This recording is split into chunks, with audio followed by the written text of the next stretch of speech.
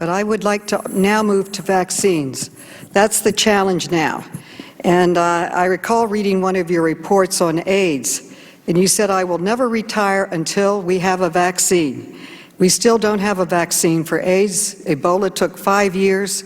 How realistic is a vaccine? Is it dreaming, or is it a reality? Are the protocols as safe as they possibly could be for, as we've always had for vaccines? Could you give us an honest assessment of where our country is in vaccine development? Yeah, it's reality, Congresswoman Maloney. I believe it will occur.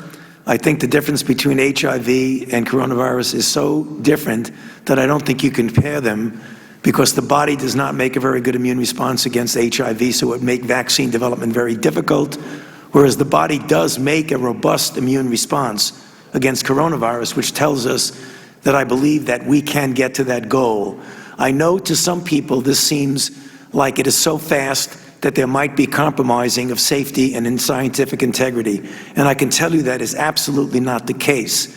The rapidity with which we're doing it is as a result of very different technologies in getting from the time we recognized this pathogen in the beginning of January to the time we were able to get into a phase 1 trial, to the time we were able to do phase 2, and then, as I mentioned, just this past Monday, we started a phase 3.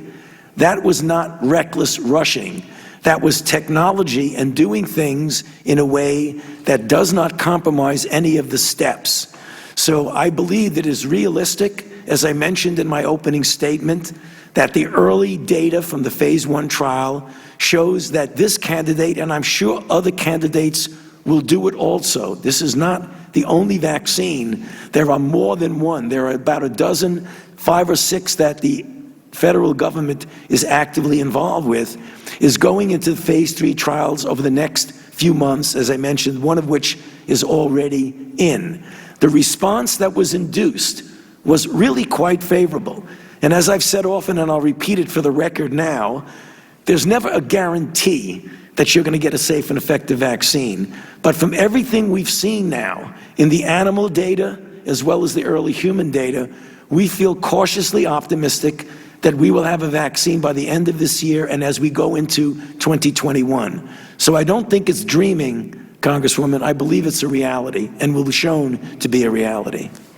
That's very good news. The second step is, how do we distribute it? And also, reports are that China and Russia are involved in their tests, and that they have advanced tests across the world. They're testing in Brazil, in Indonesia for their vaccines. Should they develop one earlier? Would we manufacture it here?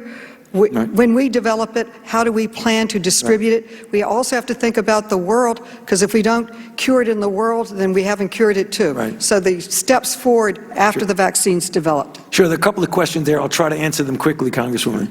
So the first thing is, I do hope that the Chinese and the Russians are actually testing the vaccine before they are administering the vaccine to anyone, because claims of having a vaccine ready to distribute before you do testing, I think, is problematic at best. We are going very quickly. I do not believe that there will be vaccines so far ahead of us that we will have to depend on other countries to get us vaccines. I believe the program that is being sponsored by us right now and being directed and implemented by us is going at a very rapid speed, prudent but rapid. Now, with regard to distribution, already right now there are plans, as was mentioned, I believe, by Ranking Member Scalise, that we're taking at risk, financial risk, not safety risk, but financial risk, the development of doses of vaccine right now as we speak, so that they will be ready by the time we do show safety and efficacy, we'll be able to distribute it. And it will be done by a number of mechanisms. The standard mechanism working with the recommendation by the ACIP together with the CDC, now being complemented by recommendations from the National Academy of Medicine, and in collaboration with the Department of Defense and the CDC, working together, it will be distributed. Thank you. My time has expired. Thank you very much, Dr. Fauci. The chair now recognizes Ms. Walorski for 5 minutes. Thank you, Mr. Chairman. Gentlemen, thank you for your service. Thank you for being here today. I think that arguably the most important thing the federal government is working on right now is ensuring, and I'm an optimist, and listening to you this morning, I'm still optimistic, that we're going to use the term when and not if when it comes to getting a vaccine shown through trials to be safe and effective, that we have manufacturing and distribution capabilities to go and get it across the nation quickly. I believe that. President Trump has already announced Operation Warp Speed to achieve the goal of delivering 300 million doses of an approved vaccine by January of 2021. It's leveraging the full strength of the public and private sectors, the partnerships that are there and becoming partnerships is unprecedented in this country, and I salute that. AstraZeneca told the Energy and Commerce Committee a few days ago that this deal with the federal government stipulates that it will sell 300 million doses to the government at no profit. Johnson & Johnson similarly said it will provide its vaccine at a not-for-profit price. Other companies working on vaccines have also promised low prices. Dr. Fauci, between the promises for low prices and existing government programs that cover the cost of a vaccine, is it safe to say that every American will be able to get a vaccine once it's approved?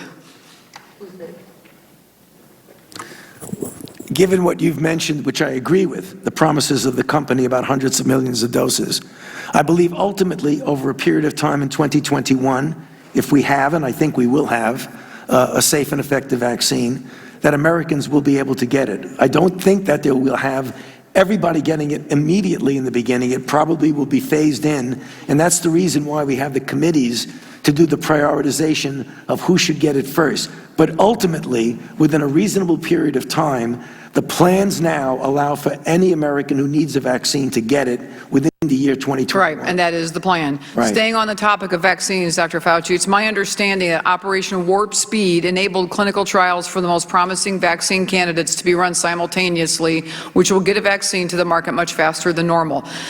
My understanding from listening to you just a few minutes ago, we have eliminated no safety steps in the vaccine approval process, correct? That is correct. Correct. That is correct. Again, just to be clear, so the folks that are watching this are hearing this clearly, concisely, and truthfully from you. The FDA is not compromising safety standards in order to speed up vaccine process approval, Right. Correct? Well, I would say it a different way. Okay. We at the NIH are doing the vaccine studies with the companies. The FDA will look at that data and on a science-based decision will make a determination as to the safety and efficacy and whether or not it will be approved. So the FDA is a science-based decision maker. But as far as you know in that, I agree, but the FDA is not compromising safety standards. No. No way, no how. No way, no how is the FDA compromising safety standards. No. And their answers and their approvals are based on science. Yeah. Historically, the FDA has based their decisions on science. They will do it this time also, I'm certain. I appreciate it. Thanks for your assurances that we'll have a safe, affordable, and widely available vaccine for the American people. All of America is praying that one of these promising candidates comes through. That's why I'm so disappointed that we've seen some on the other side of the aisle speculate aloud that the administration might rush an unsafe vaccine to the market before the election to help President Trump politically. This irresponsible rhetoric only serves to plant irrational fears in the minds of Americans. I'm worried that enough of these types of attacks could result in people avoiding an approved vaccine when it does come to market, when it is available for Americans. Dr. Fauci, can you address this once and for all? Would the administration approve a vaccine that's not safe? And do you share my concern about the danger of undermining faith in the vaccine development process?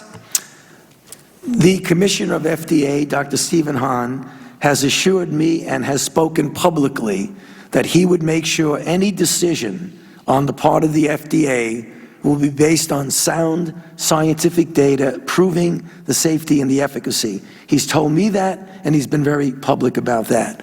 Given that, I think the American public should be assured that in the process of determining the safety and efficacy, the proper steps have been taken to determine that, and when a vaccine becomes available, it's important for their own health and for the health of the country to take that vaccine. I appreciate that. I wanted to mention the Swedish study and then ask Dr. Fauci some questions about that because I think it really illuminates some of the exciting findings in science.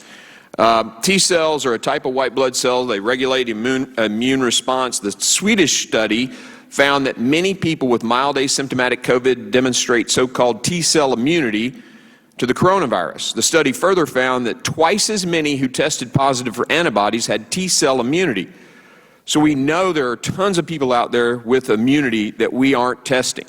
And I'd love for you, sir, if you could comment, educate America, educate all of us a little bit on T-cell immunity and what the ramifications are to the plans. Thank you. Thank you very much, sir. I'll very quickly try to answer that. So there are two limbs of the immune response. One is an antibody, which is a protein that is made by the cells of the body to bind to the virus and is usually the hallmark of protection against infection. There's another limb of the immune response called the cellular immune response of T cells. And those T cells have the capability of essentially suppressing or killing cells that are infected and preventing the cells that are infected from making new viruses.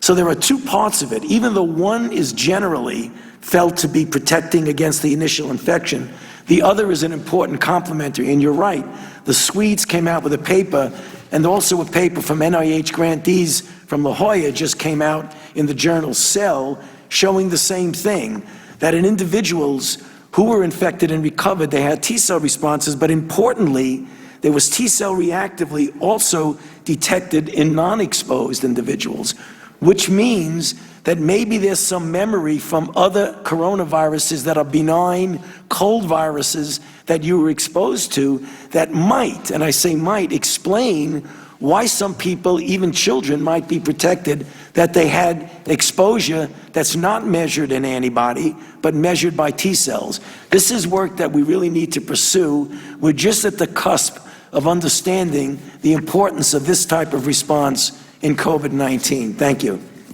Thank you.